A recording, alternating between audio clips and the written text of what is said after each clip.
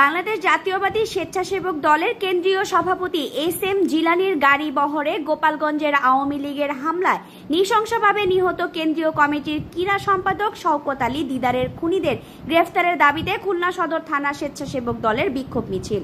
খুলনা সদর থানার স্বেচ্ছাসেবক দলের উদ্যোগে বাংলাদেশ জাতীয়বাদী স্বেচ্ছাসেবক দলের কেন্দ্রীয় সভাপতি এস.এম. জিলানীর গাড়ি বহরে গোপালগঞ্জের আওয়ামী লীগের চিহ্নিত খুনি স্বৈরাচারী হাসিনা লালিত সন্ত্রাসীদের হামলা নৃশংসভাবে নিহত কেন্দ্রীয় কমিটির ক্রীড়া সম্পাদক শওকত আলী দিদারের খুনিদের গ্রেফতারের দাবি সদর থানার স্বেচ্ছাসেবক দলের সিনিয়র যুগ্ম আহ্বায়ক মঞ্জুর শাহিন রুবেলের সভাপতিত্বে শনিবার বিকেল 4:30টায় খুলনা সদর থানা স্বেচ্ছাসেবক দলের বিক্ষোভ মিছিল করা হয়।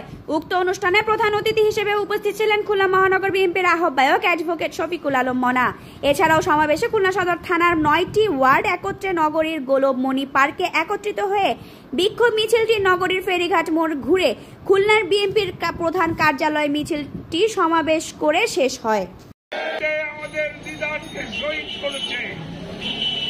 আমরা জানি একজন প্রতিষ্ঠা বাংলাদেশের